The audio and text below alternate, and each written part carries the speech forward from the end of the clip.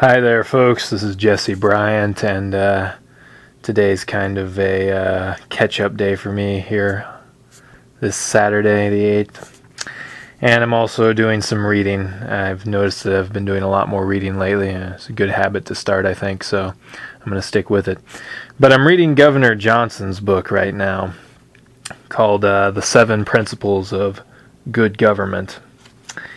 And this section right here talks about his, basically his early adult years.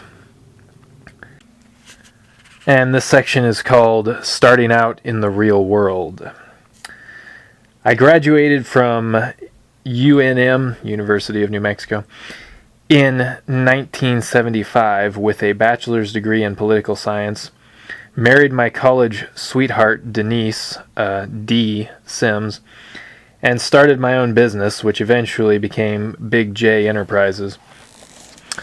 I'd always been a good skier and wanted to take a shot at making it as a professional. A lot of ski pros in the West work construction in the summer, since that can be a reliable way to make good money quickly.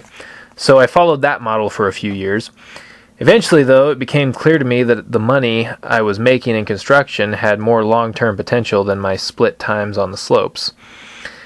Near the end of college, I'd been working construction for a contractor who built from the ground up.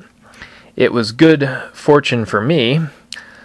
I learned electrical foundations, masonry, sheetrock, framing, and painting. But the contractor ran out of work, and I needed about $30 a week to get by. So I started looking around for other jobs. One day when I came home, there was a flyer on our doorstep from a kid who wanted to rake our leaves. It was a simple and effective way to advertise, and a kid had done it. I thought, I'll do this for construction. And that's what I did. I passed out circulars door to door that read, "College student needs work. We'll do carpentry, painting, cement, anything and everything." That was the origin of Big J. Working for the contractor, I'd been making about $3.50 an hour, which was pretty good money for a college kid. So all I had in mind was matching that $3.50 an hour.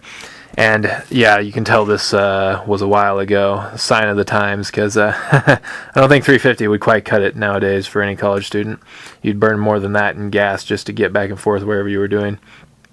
But this is a good idea, and I guess I might try that, once I've honed my skills a little bit. Give me a little bit of part-time work while I'm at college. Continuing on, though, here with Gary Johnson. I had garnered up my 5th job, which was to spread rocks out all over this man's yard. I remember thinking it was going to take about 22 hours, so I told him I'd do it for $80. He agreed. I showed up on Saturday morning thinking I would work all day Saturday and all day Sunday. I started at 7:30 a.m., and by 10:30 a.m. I had finished the job. I was nervous. I thought there was no way the guy would pay me what turned out to be more than $20 per hour. I didn't know what to do, and I couldn't think of any other way to be busy because the rocks were already spread. So the man walked out, and my heart raced. He told me I'd done a great job and handed me a check for $80. I remember looking at him, looking at the check, and thinking, this is the American way.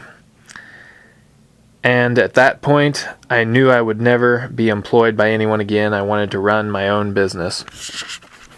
And I'm really enjoying this book so far. I know I've already done 2 videos on it and I just started, but I really respect Governor Johnson. He's a great guy. I think he'd be a really cool guy to be able to hang out with. Too bad, we're from different worlds. But he's the most down-to-earth major politician that I've ever met. I've seen Dr. Paul speak, and Dr. Paul is obviously in tune with what's really going on, but I've unfortunately never been able to actually meet him or shake his hand. But such a massive demand for his attention and his time, I can understand. But Governor Johnson, if he were to get elected, he'd be the first president in since probably in the past 50 years, since Dwight Eisenhower. Gary Johnson would be the first president to have actually worked a job in his life. Yeah. I mean, Obama went to Harvard and then he suddenly becomes a senator, doesn't even finish one term, and now he's presidential material. Won't even release his grades from his time at Harvard. Had them sealed with executive privilege. That's pretty embarrassing. George Bush Jr. Never mind George Bush Jr. being, the son of a rich family and his dad was president, and, he did basically ghost service in the Air Force, meaning he was signed up on paper but didn't actually attend drills and didn't actually do anything. So, there you have that. And then you have George Bush Sr., the heir of Prescott Bush, a senator back in the day who sold steel to the Nazis before and during World War II. And this is the guy that gets to run the CIA and is elected as our president. I mean, really shameful, just embarrassing stuff, people. I mean, what in the world are we thinking these days? I mean, these people aren't qualified to do really anything. I mean, Mitt Romney, that's the nominee. Out of the 9 people we started with in the Republican nomination process, they choose Mitt Romney and basically force our hand to nominate him as candidate in the general election. And what has the man done his whole life?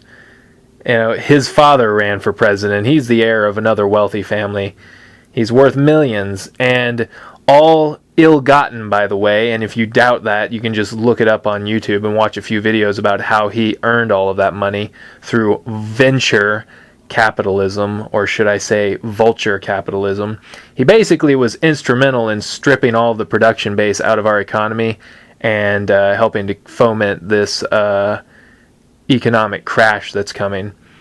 So you can thank him for that. And everybody seems to think that, since he's a great, successful businessman, that he should be in charge of the country. Yeah, that'll work. No, Gary Johnson is the businessman here, okay?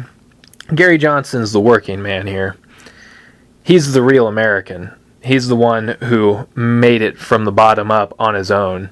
He's the real success story.